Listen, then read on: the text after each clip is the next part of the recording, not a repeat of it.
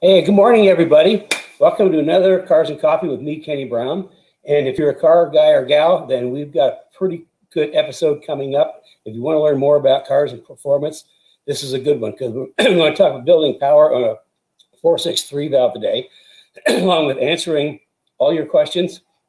We've got some questions from the Speed Therapy Society. And of course, you can remember you can always be sending questions in, and in the end, I'll try to answer as many as I can. So we're going to talk about the 463 valve today, a little bit about the Mustang Challenge and FR500S, which is one of the cars that we're working on right now. And then a little more on the Speed Therapy Academy, which is coming up. And I know you can come tune in Saturday mornings because you want to learn. If you really want to learn, Speed Therapy Academy is the place, because later I'll go over all the things we go over. I mean, it's the people that have taken the first one really came away with a lot of good information, knowledge, and they can't wait to get back out and put all that knowledge to work.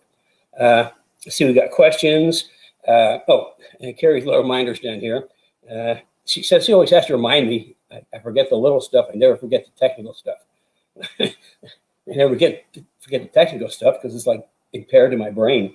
So anyway, in her reminders, be sure to make sure you share what we're doing today, because this is going to be kind of a cool episode. Share it with your friends, and also start watch party. I'm sure you know how to do that, or there's this. You just click a button up and it will say this. Yeah, just click a button. You can tell where my level of technology is like metal things that move. Let's see. Also subscribe to the newsletter. The newsletter is being changed for 2021. We're going to start adding some articles and do some more technical things and make it a little more interesting. Plus, any news will be in newsletter, of course. So be sure to subscribe to the newsletter. And if you're not a member of the Speed Therapy Society, please join, because that's where all the questions come from that I answer in Cars and Coffee, because I talk about what you want to learn about. Okay, and artwork this month, we're leaving Nicholas up there, okay? Nicholas Watt, one of my favorite artists. There. I figured that with a name like Nicholas and a bright red Ford GT40, that had a lot of Christmas spirit to it. So just imagine a bunch of presents stacked up on the back. Okay, running down my list. Let me do a couple of questions, answer a couple of questions. Brian wants to know how much rake you like to see in your race cars when setting them up. Okay, it's kind of a really broad question. Setting up a race car, setting up a street car are kind of two different things. But just kind of as roughly with live axle cars, I typically like to see a quarter to a half an inch rake to the back, meaning the back is up a little bit more. That just puts the wing up a little bit more if it's got one. And I always check the ride height. The way we check ride height, to keep it really simple, we just measure from the ground to the center of the wheel to fender lip, because that's a constant. Anyway, we always like to keep a little bit of brake, but I only do it with, in a race car, with the driver or equivalent weight in the car and half a tank of fuel, so that we're kind of in the middle of the rear weight. And that's why I put a little more rake into the back, because as the gas tank's full, it's going to come down, and then it's going to work its way back up. So that's what we do on a race car. The street car, it's pretty simple. We do the same thing, except we don't bother about having people in the car, because the cars weigh so much. We just put like a little bit of rake to the back of live axles. Now IRS cars, with IRS cars, I like to run them pretty flat with no rake in them at all. Unless if there's a wing that's not real tall, then we might put the back up a little bit just to get a little more air to the wing. But that's kind of how we do that. And also with a little more rake in the back, if you got a wing, have to run rake with a wing, and also stronger springs, because it's going to push it down the straightaway. So that's that question. We had another question. We talked about last week about oil pump gears in modular motors, and the question came in, do you upgrade the oil pump gear for a 3-valve or a 4-valve engine that's road racing? Absolutely. In fact, street car, track car, race car, if you have the front cover off of your engine, doing chains or cams or anything, put a billet steel oil pump in. It's just insurance. If you're rebuilding the engine, absolutely put the steel oil pump in. I would show you when we've got one ordered right now, but it didn't turn up. Maybe in another episode, I'll show you what steel oil pumps look like. But absolutely use the steel oil pump always. Got a little frog in my throat today. I guess it's because the weather's kind of crappy. It's kind of one of those dismal, gray, chilly, damp mornings. You know, kind of really enjoy. Okay, let's talk a little bit about the FR500S Mustangs. In 2007, Ford Racing built a small fleet of Mustangs. They call them Miller cars for Miller Motorsports Park for their driving school. And they built those in 2007. And then in 2008, they built the FR500S, which was a little more advanced than the Miller cars because they were just school cars. And the FR500S was designed specifically for the Mustang Challenge series. The single mark series that you can only run the series if you had an FR500S, and they built, I think, something like 77 of them or in that range. I think it was supposed to be 75 initially, and then they ended up with a few more. But anyway, so they built the FR500S, and it was a race car. I mean, it wasn't like a full-blown super competitive race car, but it was a good, solid, let's call it an advanced track car. And if all the cars are the same, it doesn't matter because everybody's competing with the same thing. Anyway, that's what the FR500 was and the Mustang Challenge. I actually engineered 3 cars, 3 Mustangs for the Speedworks team in 2009, 2010 for the Mustang Challenge. And as luck would have it, we were talking with a potential customer, this several months back about his car, his track car, and he was telling me all the problems he was having, and he really wanted to, go through the car and make it better. And he sent some pictures in, and the first one I saw was a trailer, and the trailer door was open, and I said, "Hey, Kerry, that looks like a Speedworks car." And sure enough, I had a full picture. That was one of the Speedworks car, number 44 Speedworks car that I had engineered in the Mustang Challenge, which is really cool. So anyway, what we're doing is, it's a good car, but the way Cliff described it to me, and after we got it here and did a sit down on it, I'm surprised you could even drive it because it was not set up well at all. So anyway, we're doing a complete overhaul of the car. In 2000, the Mustang Challenge ended in 2010, so there was no place for the Mustang Challenge cars to race. So Ford cut a deal with the SCCA, and they homologated them into the World Challenge, a GTS class. However, they were kind of like not enough car to compete. So Ford put through a series of upgrades. They did a top-end upgrade to get more horsepower, and they allowed my suspension, my AGS 4.0 suspension, to be legal. And so what we're doing with Cliff's car is we're, in the spirit of the integrity of the Ford Racing Mustang, we're setting it up to 2011 World Challenge specifications.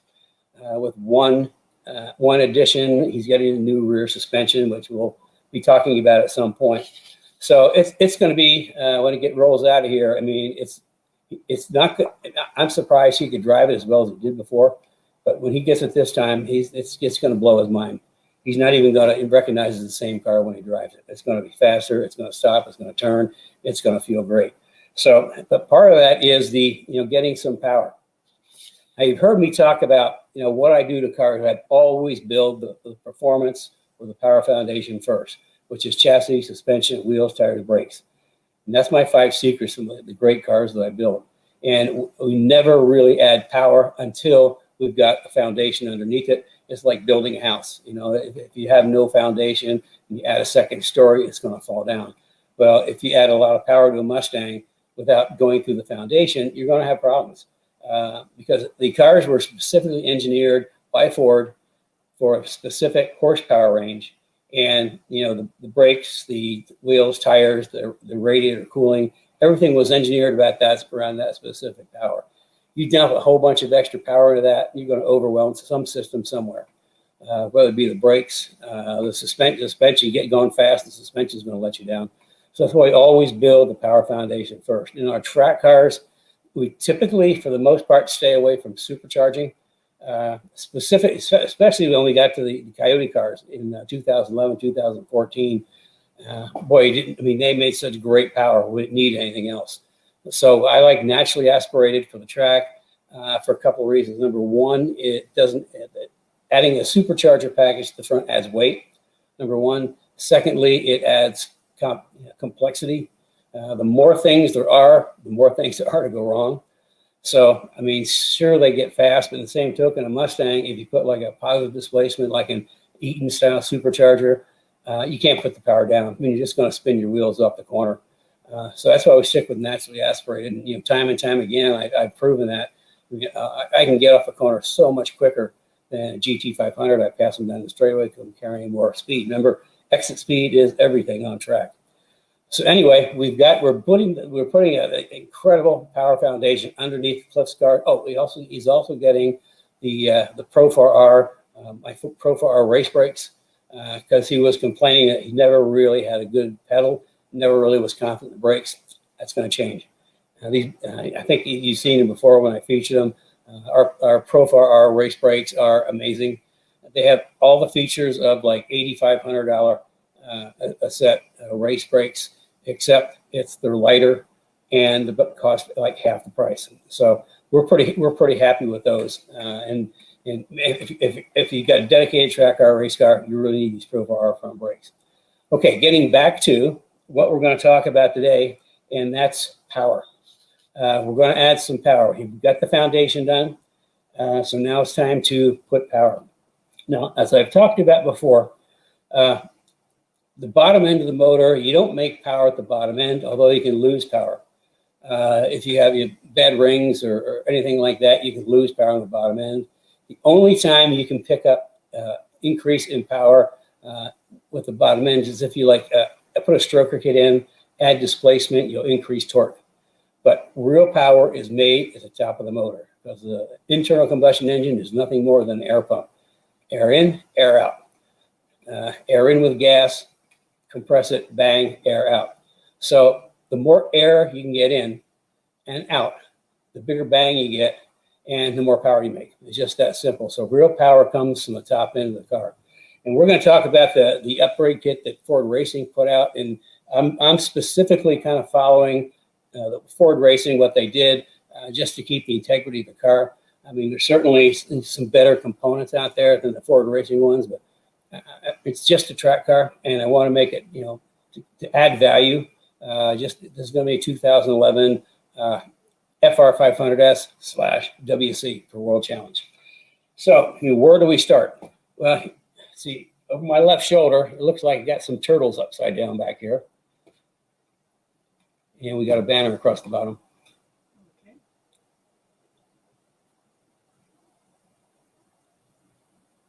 That's the best I can do. Okay, that's the best you can do. Even though that's better, you can see the turtle I got upside down. Those are some intake manifolds. We're going to talk about the intake manifold. Now, the key pieces to the power package that Ford approved and we're going to put on Cliff's car is intake manifold, throttle body, camshafts, and cylinder head. And that whole combination is, we haven't actually won the dyno. We think it's at least 70 horsepower, maybe a little bit more. So it's going to be a big boost to the car when it's done. And it's reliable. It's nothing that's going to be so on the edge it blows up. It's going to be rock solid reliable. So boy, where do we start? Well, let's start with intake manifolds. Now, last week we talked about the Daytona prototype engine and the FR500 intake manifold that we had in the long runner, short runner, that in the FR500 magnesium intake manifold that I have, we took out the butterflies so that we didn't use the long runners. Long runners are in there for torque. They make a long way around, they make torque, and for the top end, they'd open the butterfly and it would use the short stack to make power at the top end. Well, all we did for the GT500 head intake was we blocked off the long runners, took out the butterflies, and we just run the short stack, makes a lot of power at the top end. Now, the Daytona prototype engine that we had, we looked at, I didn't take it apart because it's too complicated, but we looked at the underneath and we could see that the runners were actually kind of mid-length. They weren't as short as the short runners in the 500 intake, and they weren't as long as the long runners in the 500 intakes. They're intermediate. I'm guessing the reason for that is an endurance car. I mean, they want the thing to run, day and night, so they didn't really tweak it to max, and also this combination of torque and power. So that's kind of, we talked about long runner, low end torque, short runner, high end power. So with that, let's take a look at our manifolds. Now this is a stock manifold right off the car. And we'll look at the bottom side, and you can see the charge motion centers right here. And what they do is, instead of running two different runners, they actually kind of close those off, and it makes more torque. And that's why they're in there. Of course, a top end is just something to get in the way. And you can see by the length that these runners go all the way around and they'll come all the way underneath. So it's a pretty long runner, which means it's going to make torque, but also they'll make some power on the top end. But it's mostly like torque and mid-range is what you see how this manifold was constructed. And with these little charge motion things that just get in the way. And that's what we took out of the 500 intake. Now this is nice. This is the Ford Racing high performance intake for 3 valves. And first of all, it's a lot lighter than the factory. But second of all, we start looking at the business end, and you can see there's no flappers, no charge motion, just a straight through. In fact, again, you can see where they kind of just, where the charge motion used to be, they just block that off. And you can see by the runners, they're kind of a mid-length runner. So they're going to make both power and torque. The runners are shorter than the factory, but not as short as like a straight stack. So it's going to make good power and torque, and it's a lot lighter. And this is a really nice piece.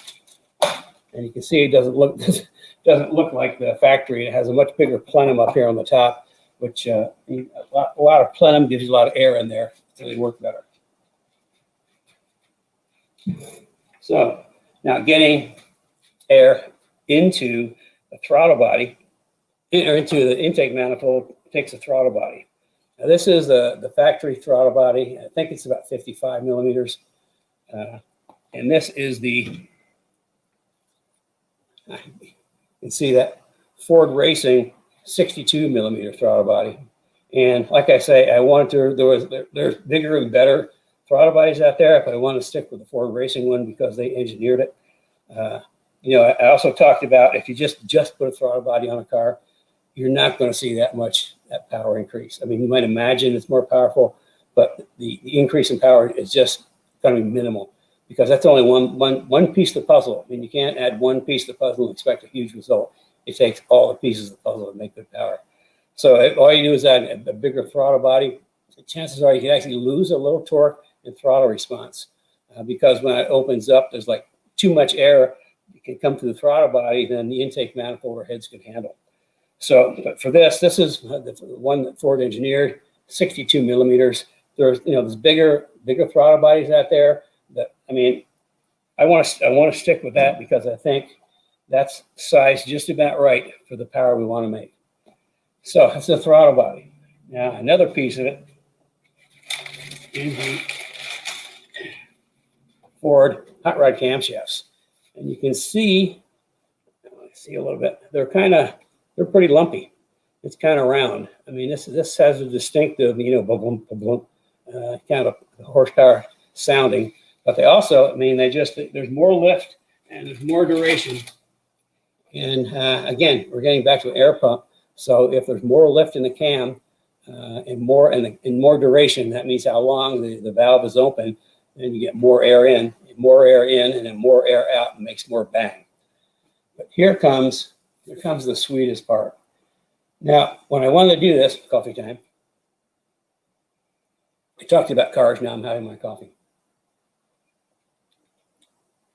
Now the real piece that makes this work are the cylinder heads. Now at the time Ford offered an improved cylinder head as part of the package is no longer available. So what I did is I called up our buddies at Livernois in Dearborn, and they do an amazing job of CNC cylinder heads. They've got for the 3-valve, they have a stage 1, stage 2, and stage 3. But seeing this is a track car, we want to pick up power, but we want it to be reliable. You know, the stage 1 just wouldn't give us enough of what we're looking for. The stage 3 would be like too much for just a track car. So we set it on stage 2, which kind of makes sense. You know, not too big, not too small, right in the middle, just right. It's kind of like a Goldilocks head. So let me wheel this thing up here for you. Now let's start at this end. So this is a protectant. Peel this down, and you can see, try to get a light on there, that just how sweet this is. I mean, they've CNC'd the combustion chamber. They've surfaced the head. They're brand new valves come with a package, and I think those are about as big an intake valve as you can get in these. So we're getting bigger valves, and we're sucking more air in, getting more air out. So I mean, this is if nothing else, this is almost pretty enough to use as a coffee table. Huh? Yeah, I said from Livernois. Okay. They do they do a great job. Now, check this out. Intake runners. It's hard to see, but you can just see how sweet the CNC job is. I mean, that is some really craftful work. That is really well done. And you can just see how nice the intake port is. They've taken a lot of material out, and they made it really want to suck a lot of air. Once it gets in, you got to push the air back out. So we'll spin this around to the exhaust side, and once again, just look at this. Look at those ports. I mean, have you ever seen anything nicer? That's why I talked to Dave at Livernois. I mean, I wanted a good head, and they do really nice work. I mean, it was pretty reasonable. Obviously we got all the CNC work done, new valves, new springs. I mean, this is if you've got a 3-valve and you want to make some extra grunt, send your heads off to Livernois. They do a great job, and you know the stage 2 is just perfect. Not too big, not too small. Unless you got a full-on race car, then you might want to go for stage 3. But for most applications, stage 2 is just right. Like I say, that they do such nice work. Move this over here. So that's kind of the top end package. Get air in, get air out. Heads that flow a whole bunch more air, but to support the heads flowing more air, we've got an intake manifold that flows more air. We've got a camshaft that adds lift and duration, which flows more air. And we have a throttle body that flows more air. All that adds up to power. Now, on the exhaust side, we don't have to worry because the car already comes with long tube headers, so we're good there. So, I mean, at the end, then we're also going to change the different cold air kit that'll flow a little better than what the Ford one was. That's the only non-Ford part we're going to stick in, just simply because it's nicer to have something that flows better. So we're going to have I think a JLT probably intake or cold air kit, because they built something really nice and it'll flow a lot of air, because with all this modification, we need more air to come in, and I'd rather come through something that has designed for a little more airflow. So that's the only non-Ford part we're going to use. So that's what we got planned for Cliff's car, and we're pretty excited to get it going. We've got the engine, the short block is down at the engine shop. We've got the guy that does our engines has been doing our mod motors since the mid-90s. So he's done a lot of them. He's really talented, really good. In fact, he's one of the few people that's certified by Cosworth to rebuild Cosworth Formula One and IndyCar engines. In fact, he was actually trained by Cosworth in the UK, so he knows what he's doing. We've actually got 3 motors lined up this winter for him. So, but that's the engine part. Interesting. Hooker just called for you. Gary said Tom, our engine guy, just called for me on my phone. Perfect timing. Yeah, I know. I know. We should have him on as a guest sometime. Yeah, we could do that. See if anybody Tom. would like that. See if anybody would like to have Tom on, our engine guy, sometime. Say yes. So, okay, I've kind of got through all the cool stuff. So maybe now we could talk a little bit more about the academy. And like I say, I mean, you come in Saturday mornings to learn, and you learn a lot. But in reality, there's not the time to go into depth on a lot of these subjects, which is why we did the academy. People wanted to learn more and more. So we did the academy so I can really go into depth on a specific subject. We'll spend an evening or 2 evenings or even 3 evenings on just something. And it's like, is it okay for me? Will I get anything out of it? Well, let's take a look. I mean, how much do you know about chassis building, types of chassis, function of chassis, structural chassis? What about suspensions, suspension geometry? How much do you know about that? Now that was over 2 weeks, and we actually had to pack it in, so it might go to 3 weeks next time. Go through shocks and springs. Now, how much do you know about the inner workings of shocks, the different spring rates, how to apply the spring rates to a different application, and then selecting the right shocks for your application. Then we had brake tech. Now that was a big one too. I mean, we really get into brake tech. We go through all kinds of things: calipers, rotors, seasoning, upgrading, pad compounds, bedding, fluid. Like I say, what I talk on briefly on Saturday mornings, we go into great depths. Brake cooling and wheels and tires. We actually had Steve Shard from Forge Line Wheels come on as our expert in the master class, talking about wheels, which was really informative. And we go through the whole different kinds of wheels, what you need to be looking for on wheels, and talk about tires, different types of tires for different applications. Then there's like hardware and plumbing, cooling, plumbing, hardware. And we also had somebody come in to do a master class on hardware and plumbing, engine and drive line. Pretty much go through like what I just talked about this morning, except we'll talk about the whole engine package and everything in the drive line, how that all works, how you can make it work better for you. Aerodynamics, that was a real favorite. We actually ended up doing 2 weeks on aerodynamics, and I go through a whole bunch of CFD, which is computational fluid dynamics, and how that has really impacted the aerodynamic improvements on race cars over the last, I'll say 15, 20 years. And then we'll go through a whole unit of safety. We had Ben from Impact come on as a master class and talk about safety. And every time we have one of these master class guys come on, I learn something. So I mean, it's like if I learn something, then obviously all my guys are learning something. Then we get into vehicle preparation and car setup. I just talked about ride height. Well, we go a little deeper into the ride height and how that affects things. Alignments. We get into track tuning. It's like 2 weeks on track tuning, and we go through a whole bunch of scenarios. If it oversteers here, what could cause it? If it understeers here, what could cause it? It's understeer at the turn in, understeer at the middle, or understeer at the end, and vice versa. We go through a whole bunch. That's a pretty complex thing. We actually go down what I used in the 70s to kind of when I was learning about all this. I got a chart that goes down to all the different things and possibilities for troubleshooting. And we go through that. And then we get into track tuning. And then putting it all together, we talk about driving technique. All through this, though, there's coaching. There's driver coaching.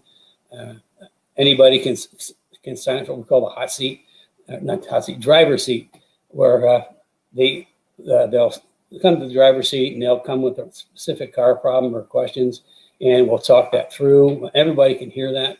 Also, the cool thing about the Academy is not like this. It's not like Facebook Live. It's Zoom, which means that, it's when I do the Academy, it's like I got the Brady Bunch. Everybody's on the screen. Everybody can talk. We can interact. It's pretty cool. You can ask questions. But that's what's a lot for our master class guys that come in. Everybody had lots of questions for them, so that makes it really easy. And then we do the driver coaching at the end. We have people send in their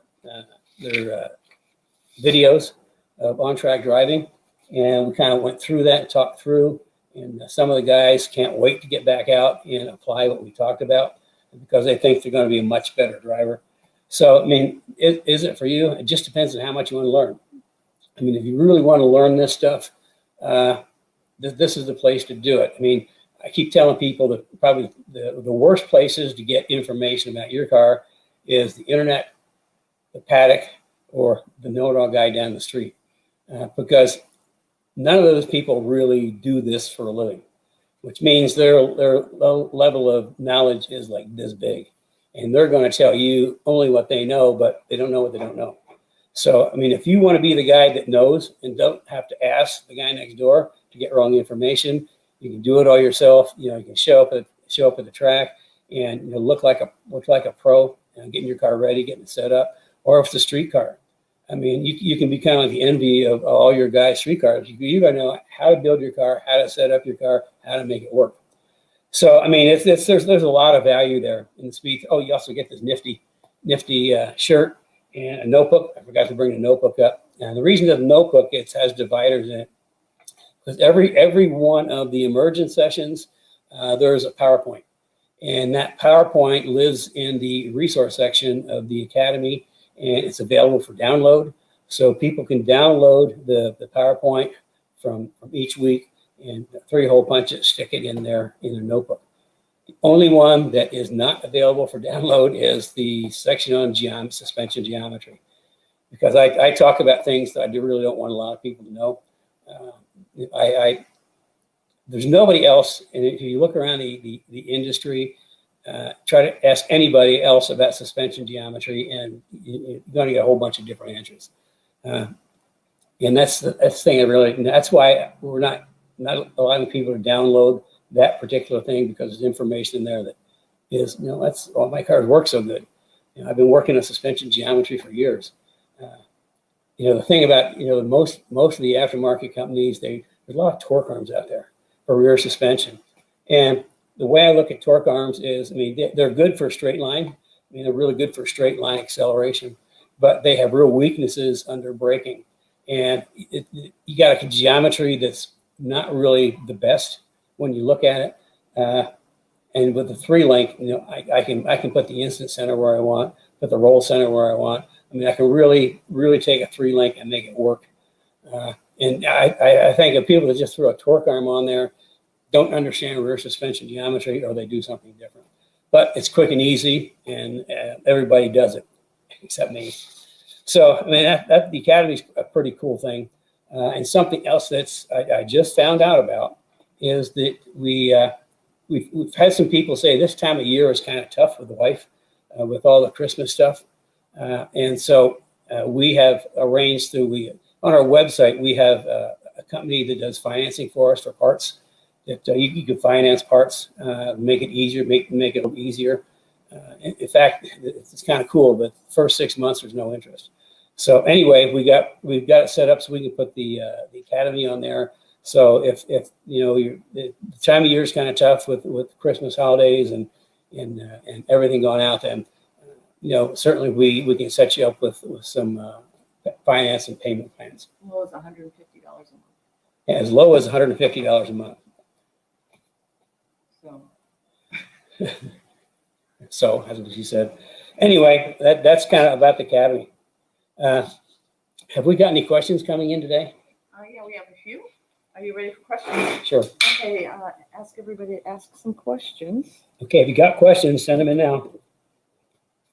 Oh, don't forget, you didn't remind me. I'm going to remind myself. Thumbs up. We need a lot of thumbs up, and on Facebook, a lot of hearts. That helps spread the word. And of course, be more happy to share this with your friends, because I think there's a lot of people that can get some value out of this. And we've got questions coming up. Drum roll. Okay, so skip around a little bit here. Where'd my water go? I had to move it. You have too much up here. There we I'll go. move to the other side. Okay. So, oh, Cliff Glenn said, Kenny knows this stuff. I learned enough that I realized that I wanted to know even more. The Academy was pretty cool, and the people in the class turned out to be darn awesome too. Made great friends all over the country and from Bulgaria. So, Chris asks, let's see, Jeff Jacobucci, I believe, let's say everything's skipping around a little bit. Sounds like he has a short wheelbase Thunderbird. Ooh, Yeah, send pictures of that. yeah, send some pictures in. Chris Mellitu said, do you dyno engines after the setting them up? Yeah, it depends on what we do to them. Some of the basic stuff we really wouldn't, but when we're doing a full engine like this, we will. We don't do it dyno ourselves. We have to sub that out to somebody else. My old shop on Gas Finale, we had a really cool dyno, but we're not there yet after we're rebuilding the program. But yeah, on some we do. Basic stuff like cold air and exhaust. We really don't need to spend the time on the dyno because we can plug in a tune that's already there. I think we had Tony the Tuner was one of our masterclass guys in the Academy. We also did a little spot on Cars and Coffee. He's been tuning Mustangs like forever. He's got thousands and thousands of tunes in his library, so to speak. And I mean, he's so good that he actually teaches for the three major tuner companies. He actually goes out and teaches. So a lot of times, all you have to do is call Tony up, give him the specifications, and boom, he just emails off a tune ready to go, which saves a lot of money. I mean, and dynoing cars is not real cheap. So for little jobs we wouldn't. For big jobs we would. Okay. Okay, so anyway, I'm not sure if this is a question or what it is, but it's from Billy Ray Bentley Jr. Why is the GT, I think it's why it is, it says why the GT350 was so awesome on the road course. Why the GT350 was so awesome on the road course. Yeah, I don't know if that was earlier in the show. GT. It's GT350. If you're still there, Billy, just why don't you clarify what you're asking? Yeah, because like the current GT350s, 550 cars are, I mean, they're okay on track, but as we've talked about before, there's some things that can be improved. I mean, Ford can't build a true track car. They have to build a car that OE that their bosses and their bosses and their bosses have to sign off on the car. It's pretty darn good, pretty darn good street car, and it's a good track car. But if you want to be super serious, there's some shortcomings. But we talk about that and how you can actually make them better, because we've done like our GT4 Mustangs that we built. We've had a couple of those just blow past GT350s on track. Because we're carrying so much more cornering speed, so much more exit speed. Remember, exit speed is the prime thing. So. Okay, and Colby Ward says, will you also use cam phaser lockouts / limiters on Cliff's car? I have to look and see. They are required on some camshafts and not on others. We haven't got to that point. We just got the cams in.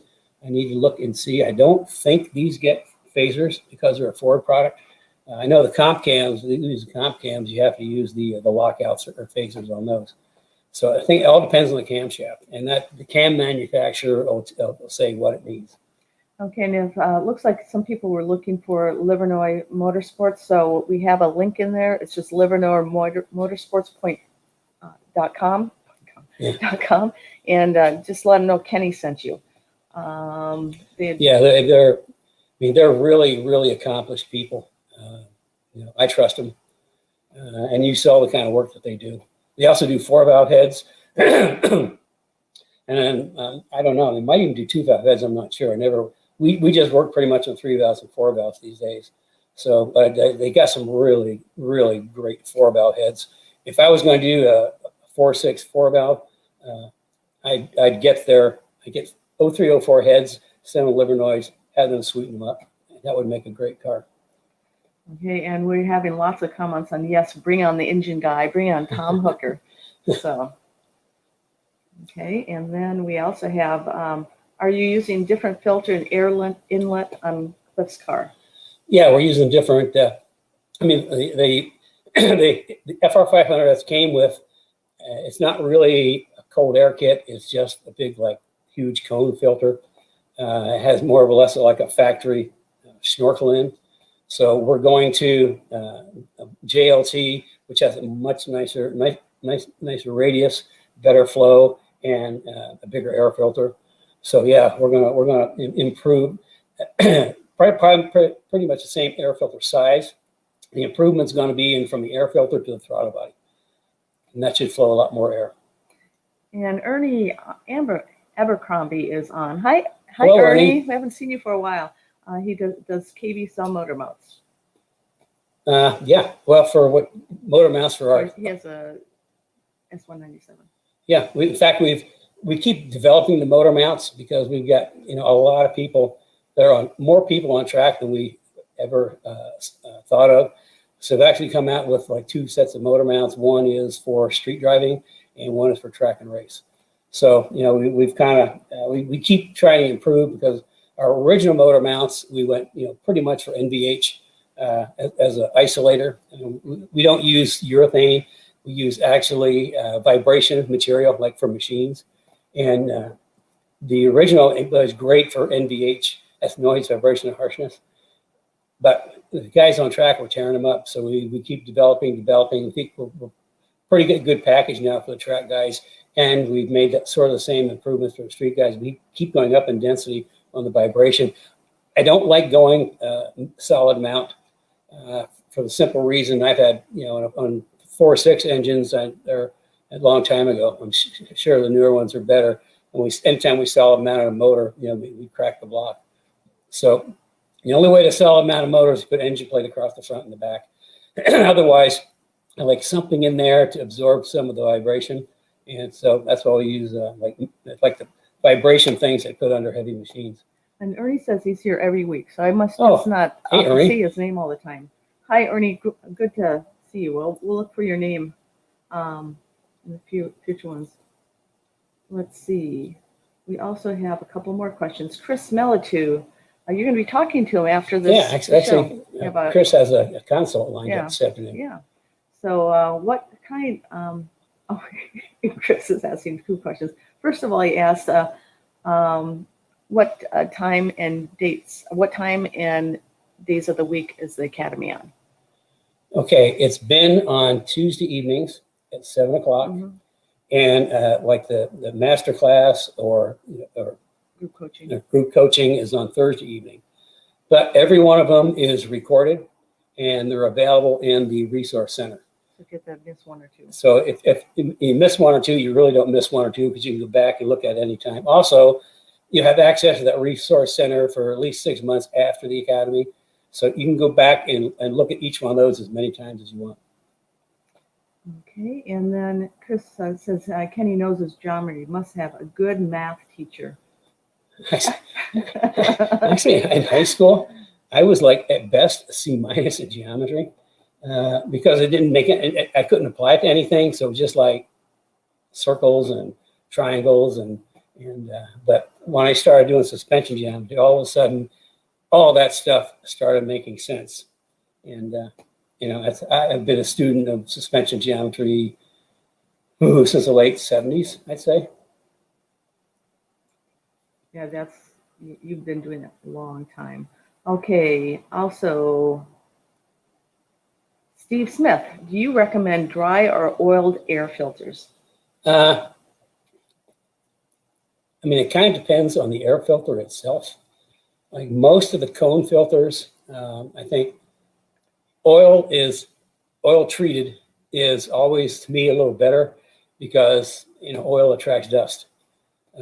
Dry filters, different air filters are made differently and have different requirements. Some are engineered specifically to be dry.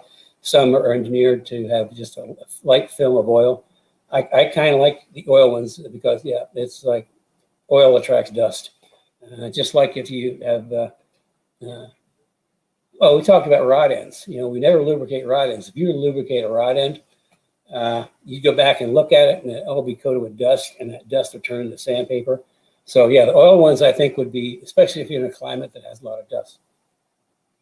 Okay, we have a number of other questions here. If you have more questions, you can ask. We have 10 minutes. Yeah, we're good on We're questions. good on questions. Can you, Paul? I'm not going to pronounce your last name because I'll just butcher it, Paul. But it's an interesting last name. Can you explain intake short versus long runners and why long works better for torque? Yeah, it's all kind of about velocity. I mean, it's interesting. The shorter the runner, the higher RPM the car is running.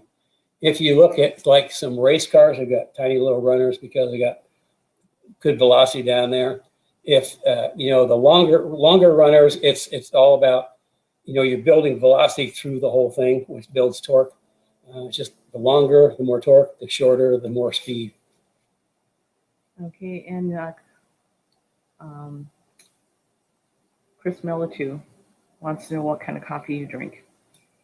I think that could be a preview to what we're going to be doing. Yeah, I pretty much, you know, I like serious coffee. My decaf is espresso decaf, and regular coffee is either espresso or French roast. So I kind of like, you know, coffee that's got some coffee to it. Years ago, he went to a special coffee shop and they made a special blend for him. Yeah. It was, what was it called? Ken's Blend. On the shelf, and people loved it. So just think about that and cars and coffee and yeah. Well, we'll see. That's a subject that's open for discussion. Okay. And we have some more. I need to move all the way down here. So Jeff Jokobuchi said that he was in reference to naturally aspirated GT350, but he does own the #1 T-Bird. So Yeah. that's cool. Okay, short wheelbase T-Birds. Let me diverse on that. A long time ago, I was working with Ford a lot, and I was really close with the guys in the X Garage. And the X Garage is where they do all the pre-production stuff. They work on the cars. You know, they do the prototypes. They do all the stuff in there. And a good friend of mine got the crazy idea. At that time, the group I was with was Mustang, Thunderbird, and Mark 8. All three of those cars were under the same group. And they built like a really super short wheelbase Thunderbird as a test mule. And they couldn't get management to sign off on it. But I thought that was kind of a cool idea. So we actually went back and we built a series of short wheelbase T-Birds. I think one was featured in Car and Driver, was it? Mm-hmm. But I mean, yeah, we shortened up the I think we took 9 inches out, and it made the cars handle so much better. You know, as one of the engineers at Ford told me, when you shorten the wheelbase up on that, you improve the polar moment of inertia at the back. Okay, here's another So question. yeah, send us some pictures. I'd like to see that. This is from Eric. What would you say are the most important upgrades to a S550 suspension for autocross? Springs and shocks. Springs and shocks, wheels and tires. I mean, that's you've got to get some spring in the car, but not too much. You wouldn't put as much spring for an autocross car as you would for a track car, but you've got to control roll. I'm sure if you're going around the course, you can feel that car roll front and back. If you can take some of that roll out, then you're not going to roll the tire so much. You're going to get a better footprint. Remember, we talked about the Mustang. McPherson does a positive roll front suspension. The more the car rolls, the more the outside tire goes positive, which puts the wear on the outside of the tire, and you're not putting a full contact back down. So controlling roll is something. It's like we've set up a couple of cars, not 550s yet, for 197s. We put some special spring packages together for some autocross cars, and they do really well. So I would say springs and shocks, front sway bar possibly. I would not do a rear sway bar. We found in early testing of the 550 platform that we had, anytime I use an adjustable rear sway bar, I ended up setting it at full soft. Otherwise, the cars would get too loose. So I thought, if I'm setting these sway bars up at full soft, why would we even put them on? So we had a front sway bar, but not a rear sway bar. Also, I think there's some improvement to be made in locking down the rear IRS carrier. We've got a kit that we use that works pretty good. It's pretty easy to install. That helps from IRS carrier moving around, and it helps the wheel hop. So those are just a couple of things. And we have another question from Anubis. Ford Racing Performance Parts 62 millimeter throttle body. Would a tune be required? It sounds like he has a naturally aspirated 4.6 liter engine with Cook's long tubes, full exhaust system. It's not a big horsepower gain, minimal at best, but I have heard it gives a better throttle response. What year car is this? It's a 4.6 liter. I think he has like a 10 and up, 10 to Okay. 14. Here's what I would recommend for throttle response. Going to a bigger throttle body, 10 and up, that'd be a 550 car. I mean, No, S197. Coyote car. Yeah. I would. You want throttle response? You need a pedal max. I mean, pedal max. We put pedal maxes on every single car that we do. So what is pedal max? Pedal max is this little gizmo that plugs in. You've got on these cars, you've got electronic throttle control. There's no wires or anything. It's all done electronically. This little gizmo plugs in between the gas pedal and the loom that goes to the computer. And what it does, it speeds up the signal from your right foot to the computer to your throttle. And it's pretty amazing. It comes with a little dial that you can go from 0 to 100. And at 100%, I mean, you hit that throttle, it jumps. I mean, it literally jumps. In fact, it's so responsive that when I'm in a parking lot, I have to turn my car all the way down to 0 because just hit the gas a little bit and the car will leap. Also in snow and rain, I turn it all the way down. Typically, I run my cars about 70% of the throttle max or pedal max. And we did one of the episodes. I actually had some charts that showed the difference in pedal response, and because of that, it does pick up some horsepower and torque. So you put a pedal max in, it's going to blow you away. The kind of pedal, throttle response you get. You get far more throttle response from pedal max than you would a throttle body. Okay, there's more conversation going on about Jeff's short wheelbase Kenny Brown T-Bird, so that's pretty interesting. 80, somebody was asking the years, 89 to 90s. He also has a short wheelbase Lincoln Mark 8. Oh, so man, that was I wonder if Doug did that. Yeah, I'm sure Doug did it. Yeah, Doug probably did that. That was the guy that did our short wheelbase cars. Okay, and then we have, hopefully I'm not missing anybody here. Here's one right here. Chuck Foley. Oh, he's just saying, howdy from Oklahoma. The Oklahoma Mustang Club is the host for the MCA Grand National Show September 2021. Cool. Well, there we go. Yeah. Let us know that, Chuck. Pop in every so often. We'll make that announcement. Yeah, we'll promote it for you. Yeah. And what type of exhaust upgrades are you making on Cliff's car, if any? None really, because they come with full length headers, so we don't need to do that. I would like to change the mufflers because he's got kind of not a flow through muffler, but the problem is, in fact, when the car came in, he had the exhaust pipes came out in 2 little tips that turned one way. And the reason for that is to keep under the noise regulation at Laguna, because I guess they're pretty strict about that. So really, unless I can come up with a quiet, straight through muffler, I don't think I'm going to make any changes. It's got nice headers. It's got X pipe. So the exhaust is already there. Okay, so here is Kyle Wagner's asking a question. I'm going to start out at the end.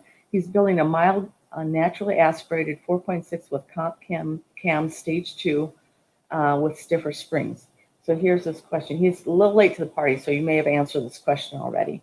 I've heard that to get high-end horsepower in those engines, you need to apply a larger throttle body and port the heads, but that tends to take away from the lower RPM. Is this true? And is there any recommendations to keep low-end torque while also increasing high-end RPM and power? What kind of 4-valve is it? It doesn't say, it just says 4.6. Oh, 4.6? Yeah. Okay, that's a Cobra. Okay. Yeah, the thing is, there's not a lot of intake manifolds available for the 4.6 4-valves. I've got a magnesium FR500 where it works really good. I've seen some others out there that kind of get expensive. But, I mean, porting the heads, it's just going to make more of everything. Getting a nice set of CNC ported heads makes a big difference. And with the intake manifold they have, Kyle's was a 2008. 2008. Yeah, I think that's that's his question. It's 2008. A 2008 would Yeah. be a 3-valve. I said it was a 4.6. It's 4.6 3-valve. Okay, Yeah, 4.6 3-valve. Yeah. So now that I know that, what's the question again? Okay, let's see. It's too bad we can't talk, Yeah. right? Okay, so This is the academy. We'd be talking yeah, back and forth. yeah. I've heard that to get high-end horsepower in these engines, you need to apply a larger throttle body and port the heads, but that tends to take away from the lower RPM. Is this true? And is there any recommendation to keep low-end torque while also increasing high-end RPM and power? Well, at the very beginning, we went through the whole upper part for a 4.6 3-valve in making power. I've got a set of Livernois ported cylinder heads, CNC ported, which is what the thing that makes it all work. And then we have the hot rod cam and the 62 millimeter throttle body, and then the intake now, the Ford Racing intake manifold. And the amount of low end torque that you're going to lose is going to be pretty negligible, because what you're going to gain is a lot in the mid range and a lot at the top end. So that if you've got a stick car, actually low end torque is not as important as mid range torque and upper end power. So that's the combination we're using on Cliff's car: the Livernois Stage 2 CNC ported heads, the 62 millimeter throttle body from Ford Racing, the hot rod cams from Ford Racing, and the intake manifold, high performance intake manifold from Ford Racing. If you wanted to make power but didn't really are focused on low end torque, then leave the stock cams in and do everything else we just did. It's still going to make more power, not as much at the top end, but it's going to make more power at the low end, more torque at the low end. Okay, I think that is it for the questions. If anybody has anything else, put it up very quickly or we'll have to wait. One thing that I noticed that we probably should have done is shown pictures of Cliff's car. Even though we're just talking about his engine, it would have been nice. So we'll be talking about Cliff's car closer to the time it's completed. So we'll throw some pictures up at that point. We're kind of limited because we're on this little Facebook camera here. So yeah, our camera. So it's very limited right now. So yeah, the last question for the 3-valve, 4.6 3-valve. Go into this episode is going to be posted on YouTube, Kenny Brown TV, and go in and watch the first part of the episode because I go through the whole thing and show the heads and everything. And if you want more information, just set up a 15-minute consult with me, and we can talk through. Or I can set you up with the guys I know at Livernois. Okay, and I think that is it. We need to talk about the next couple weeks. Okay, next couple weeks. Here's a couple of things. With the holidays coming up, we decided to do encore presentations of next weekend. Will be encore presentation of last week. We'll talk about the engine on the Daytona prototypes, and the following week it's going to be encore presentation of this week because there are a lot of people interested in the engine stuff.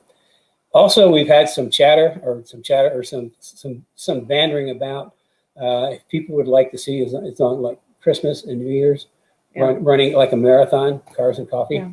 If you think that'd be cool or interested, send me a note. Yeah, just give us a thumbs up or yes. Give us a thumbs up or yes, or send a note into the academy or even in Facebook. Because we had somebody say that, why don't you do a whole day of encore presentation, do a marathon? They do it for everything else. Why don't see why we couldn't do it? Okay, and then we also have a couple more things here. See, Colby, okay, so we got some conversation on the secret suspension piece. That's Colby Ward's asking about that, and Steve Foley responded back. It's very close. Yeah, it's close. We've got a little bit of delay. I was planning on, now the Speed Therapy Academy guys have already seen this. It's something that we applied for a patent for, so it's patent pending. It just changes the car completely. I was planning on showing it like sometime in this month it'll go from Speed Therapy Academy saw it first. And they actually got to purchase. Yeah, they actually got to purchase some of the first batch. The next preview is going to be Speed Therapy Society, and then it won't be introduced to the general public till quite a bit after that. So Speed Therapy Society, if you're new to us, is our Facebook group. It's a private Facebook group. So just Google or search Kenny Brown Speed Therapy Society on Facebook and then join. So you can get in on that. And the what I wanted to do is I wanted to get the first production run before I introduced it to the society people, and it got a little bit delayed because what we found out is there's like a frame that kind of sits up in the car, and because we're using existing hard points to mount this, we had 4 different cars, and the frame we had would not fit any 2 cars the same. So we've been working to try to get the best compromise to fit most cars. This much. Yeah, I mean, we're talking like 1/16 of an inch for the bolts won't go through. It just tells you, what the top factory tolerances on these cars. So anyway, that kind of like slowed us up a little bit. We're pretty happy with what we have. We think on some cars we still might need to take a file a little bit because like I said, we had 4 cars and it didn't fit any 2 of them the same. But right now we've got one that fits 3 for sure. Mm-hmm. The 4th, we haven't tried the 4th car, which is Steve's car actually. Yep, Steve Foley. Steve is the 4th car that we want to try to fit in it. But we actually, when his car was here before, you didn't know this, we test fitted the carrier on the frame on his car. Mm-hmm. So that's why I said we had 4 different cars and it didn't fit. But this what we have now fits 3 cars, and when Steve brings his back, we'll see with that. But like I say, we're talking 1/16, 1/8 of an inch off in the holes to keep the bolts from going through. So I mean, it's really hard to make things for everything because, like I say, we're using 4 existing hard points on the car to mount, which means all 4 of those have to be exactly the same for all the cars, and we're finding out they're not. So probably in January, let's hope for mid-January, I think. We can introduce the Speed Therapy Society people. Okay, and so we have 3 cars in the shop right now that are getting it. Let's see, Steve Foley, well, his car's not here, but it will be coming in. Chris Militu and Cliff Glidden. All getting the new, and the new suspension is going to be AGS 4.5. Okay, 4.0 is S197 suspension, 5 to 14. With the next generation is AGS 4.5, which is kind of like what we did for in the 3.0, which for the SN95 cars. When we did the IRS cars and did the whole geometry thing at the back of the IRS cars, that became AGS 3.5. So it only makes sense that this is going to be AGS 4.5. Okay, and just one more. Please say yes if you'd like a marathon ran over the Christmas holiday weekend and then again on the New Year's holiday weekend, or which one you'd like better. So if you'd quick respond to that, yes or no. We're not going to send any notifications that it's on though. So we'll advertise it, and then it'll be on your own to tune in and watch it.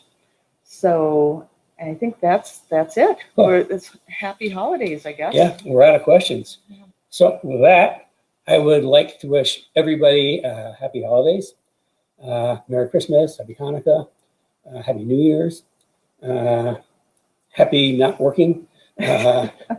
And I'm sure this is going to be a pretty small Christmas for everybody based on what's going on. I know we're staying home. We're going to have a Christmas all by ourselves. Yeah. We made it this far. We're not going to. Yeah, we made it this far. We're being pretty cautious, and I'm actually making a special dinner for Christmas Day. Tell them what you're making. Beef Wellington, Brussels sprouts, braised braised Brussels sprouts, and partially new potatoes, And I'm making and a nice cheese. red wine. I'm making cheesecake. And for Carrie's dessert. making cheesecake. So it's for a dessert. non-Christmas meal, I guess. Yeah. So- It's our Christmas meal. Yeah. So, But when we have two, it's like, who wants to buy a big turkey for just two people? Mhm. So anyway, that's going to be our Christmas. So I wish everybody a Merry Christmas and stay safe. That's all I can say. I mean, we're almost through this thing. We're getting really close. I heard the next vaccine has been approved, so things should be rocking in the new year. 21 has to be better than 20. I mean, 20 has been a pretty disappointing year. Anyway, that's it for today. Enjoy the holidays. Bunker presentation next Saturday, the following Saturday, and then I'll be back in January. Want for information on the Speed Therapy Academy, get a hold of Carrie. She's the one that knows the most about it because it's her project. You can call in, send her an email. or go on the kennybrown.com website and there's information on there. Yeah. So there you go.